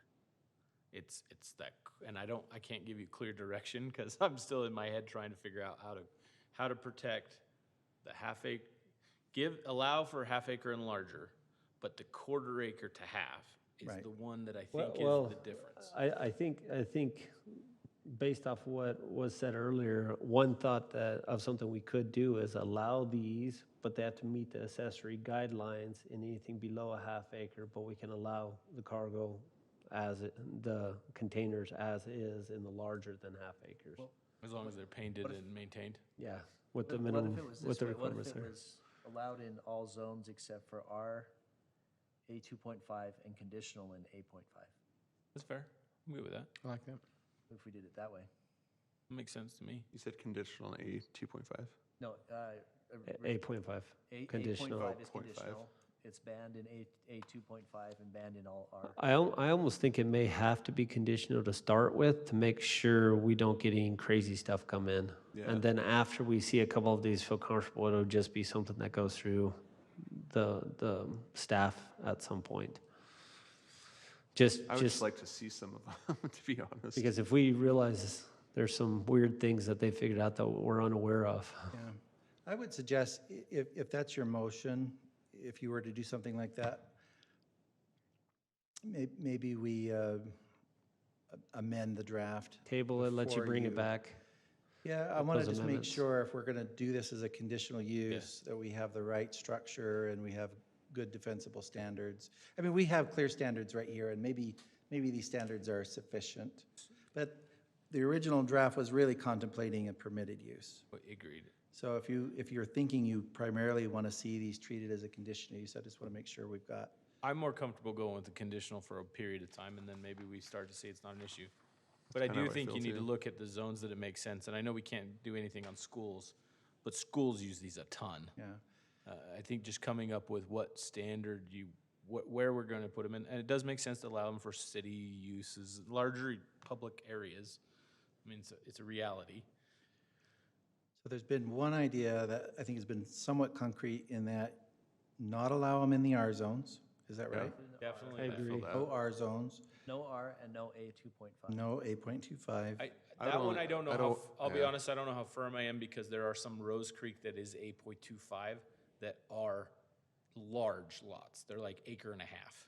So I'm just saying, I worry about the saying that zoning. broad. If you go to Rose Creek, the whole zone is 8.25. But gotcha. because it was a PUD, there's big lots. Okay. That's what I'm trying to say is I just, Tight maybe you window can and look Indian at that Well, and actual like maybe lot tie it to the acreage. lot size. Yeah. Half See, acre or lot larger. It size has to makes be in an sense. A zone and has to have a certain amount of lot size. A zone. Okay. A zone larger than half acre. Like I couldn't have one because I live on a third, and I'm okay with that. The only other thought that I have with that is, because we've seen one or two of these, I wouldn't care if they were on the 8.25 if they met the guidelines of what our accessory standards are currently. Yeah, And that's, granted, that that's would where I feel. change it Basically, you're drastically, saying, Except I for hear the you roof say, line. the 8.25, they must meet the accessory. You could do it, but you have to make it but you look have to like meet it. the standard of the accessory guidelines almost. And maybe And we do then this with if the. it's over a half acre, then you can use them as is or whatever. And Michael, maybe this is, we talked about the accessories at the very beginning. Maybe we run these kind of a hand in hand so you can look at the blend between the two. Yeah, and in fact, so when we started doing this, there are obviously two different projects, but just in order to have the conversation, this has been presented as if it's in our section, I think 29, where there's just like a catch-all of a bunch of different regulations.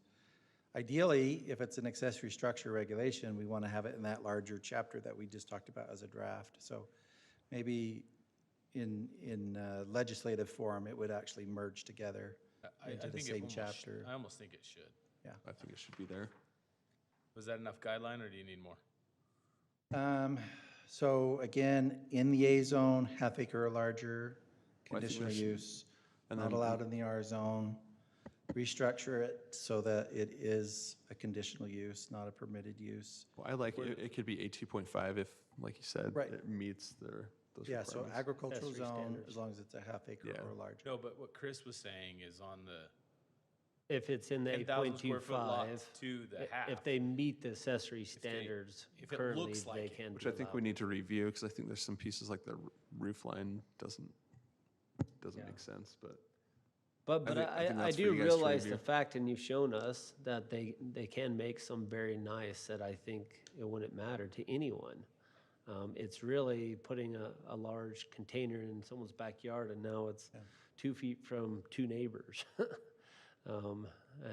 3 feet. But if you blend it, you could do it. I mean, you might be able to make it work. I mean, And so that's where the complaints will come in, is what I'm Okay, afraid of. and we want to minimize that. You reserve the right to change your mind the next time. So we'll make those adjustments and bring it back and see if you feel more comfortable with it next meeting. All right. Any other comments? Look for a motion.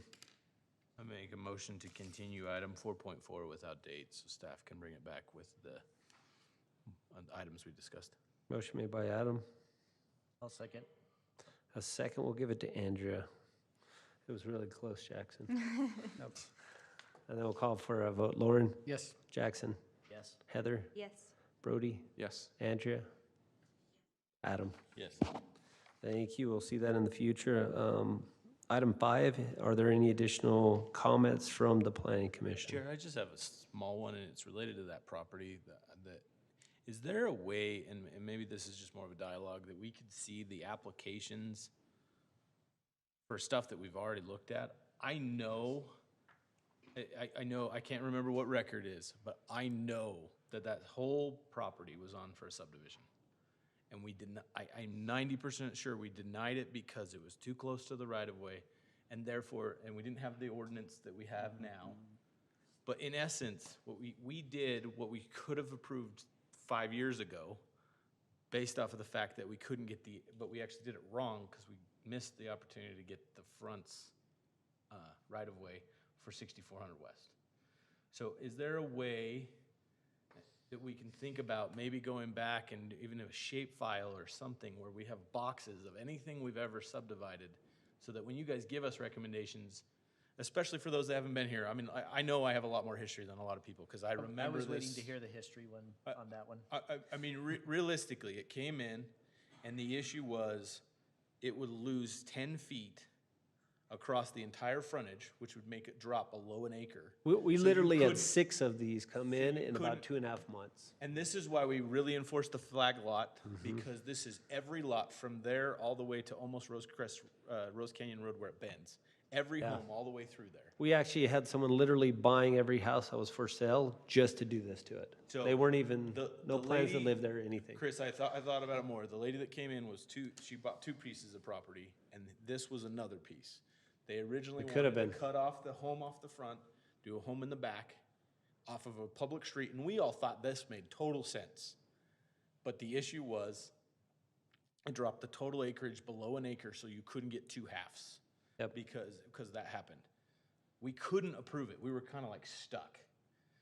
Then I believe what happened is they quit claimed it, probably before this landowner, because I was looking at the trust name, and I know the family's there. I bet you they invested in it. They bought it quit claim deed, and we effectively got a subdivision, even though we technically denied it, and we didn't get the right-of-way. So what I'm trying to ask Michael and team is there a way for us to see those applications to at least know for others, hey, this was developed at one time. These were the problems back then, and maybe ordinances have changed and things can happen. but I think trying to bring up those old issues, because obviously if you were the homeowner and you just quit claim deeded it 4 years ago, and you knew you got around the subdivision thing, are you gonna go to the public meeting and say that you shouldn't do that? Obviously, you wouldn't be doing that, right? But I think we need to have some protection for the city and future planning commissioners to remember these discussions and dialogues and say, hey, this was a real big problem back then. Because I know that's why we changed the ordinance for flag lots. It was for lots just like this. Well, I mean, there's. This one totally makes sense. There's another piece of property that came through and has I mean, it's been 7 years now since we've been in here, and it was denied. They came back when there was new council and planning commission. They were denied, and then it was just barely approved by the council and us. And I remember that.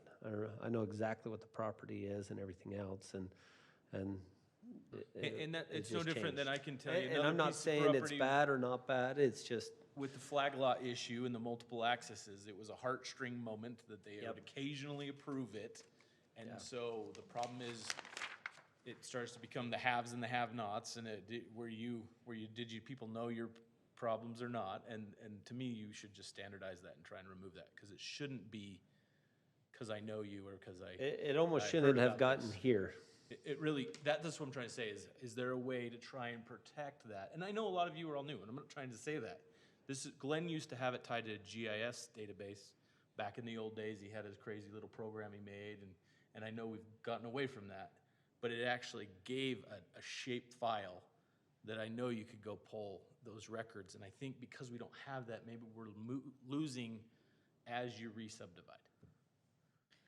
So that's something that we could look into. I think for this one, and even as we've looked into it, just as we've talked here, we haven't been able to find a previous application. Yeah. I mean, it's not saying that there wasn't one, but It was probably in the 16 range, honestly. I mean, we're talking what? How long so have we been doing this? I'm glad to go. My daughter was that's graduated. She was. We were aware that the subdivision had been contemplated. It was obviously talked about as part of the rezone. So we did know that. And we were surprised when we were doing the research. We wondered, well, why didn't they just simply do the subdivision at the time? Because once the rezone was in place, it appeared that subdivision then was doable. So. Do you know how old that other home is that's on there? That was old. Was that an old house? It was like I said, it was when all those half-acre lots were going. Yeah, it was pretty crazy. There were like six of them I that went came back in. to my notes, and the first one I have is when we were actually trying to, that I was keeping good notes on, was when we were trying to change the flag lots. So it was right around, I know it was in the 2016 timeframe. But I don't know that you would have it if they withdrew it or things like that, right? And that's just some of that knowledge that I wish we could pull back. I think history and context is important, but we still need to remember that the decision that is before you is based on current standards. And that's why I voted yes for it. I Right. agree. So, yeah, I agree. I do think having that context and that history can be helpful, and we'll certainly provide as much of that as we can. I would just suggest if when our staff reports and stuff go out and you see these issues, I mean, you could email us and just say, hey, can you look into this issue? I know this is something that's been on my mind. And that way we Research could it come before. we could research before the meeting and have information for you here. Okay. Do that. But, Awesome. so I know that, I mean, we're fairly new staff. I mean, he's our tenured guy with 3 years, so. Gary. Yeah. But we're glad to accommodate, and find and research and do whatever we need to. Perfect. Well, I think things change, and what was going on back then, it may have not made sense, but I think like today's situation, it Totally made worked, sense, it made sense. So I can't understand why you're asking for the history on that property. Because I'm missing technically, something. my concern is technically that land cheated the way to do development. Okay. We more or less denied a subdivision. 4 years went by, they quit claimed their land off. They pulled out one of the pieces and said, hey, I meet the intent, can I subdivide on a legal subdivided lot? So they basically did a subdivision with getting around the rules. That's my frustration. It's pretty much what they were supposed to give to the city or provide, they didn't have to. And it's in line with that discussion I've had before where if somebody's subdivided, and we'll use my neighbors across the street, they're half acres and an 8.25 lot. Their homes are easily where they could easily cut that in half. I think we need to protect from things like that. It's the same kind of thing. And I And think, it has I nothing, think that's why I some voted of- yes. I It has think nothing to it's do with the that person. integrity of a neighborhood that is also the point here, because, I mean, there's lots of areas that have beautiful, large lots, and all of a sudden, if your three neighbors have decided, I can get away with cutting mine in half with a flag alone, I'm gonna do it. I think that's sort of, I guess the preface of this that we've heard over and over again is how do we protect these areas that have established a neighborhood and now the entire feel of it's being changed? Yeah. Because we didn't provide something there to protect it. That makes more sense now. And that's what our master plan's about, is what we've So- talked about, is preserving community. Right. And my concern is we develop these great communities, and then 5 years from now, we change them to a new, different, not planned community, just reacted community. Yeah, I think it's more along the lines of 30 half acres or acre lots, and all of a sudden now they're cutting them all in half. Yeah, no, I agree with. And so I think that's more preserving of that. what the question is and how they did it. But any other comments? I'd like to welcome the new commissioners, and I'll get your names eventually. And so Forrest and Sickles. Daryl, last name? Finn. That's easier to remember. Sickles, Sickler, the Sickles. Sorry about that, I apologize. That's all I have. So, future meetings, Wednesday, June 9th, 2021, City Council meeting. Thursday, June 17th, 2021 is Planning Commission meeting. Wednesday, June 23rd, 2021 is City Council meeting. And we'll look for a motion to adjourn. So moved. All in favor? Aye. Thank you, guys. Appreciate everything you guys do. Hey, Nick. Well, That's good. What time just is got it? done. Oh, but before I need 9. We did to good. kind of pack up before I Start- you leave, start or I tomorrow. can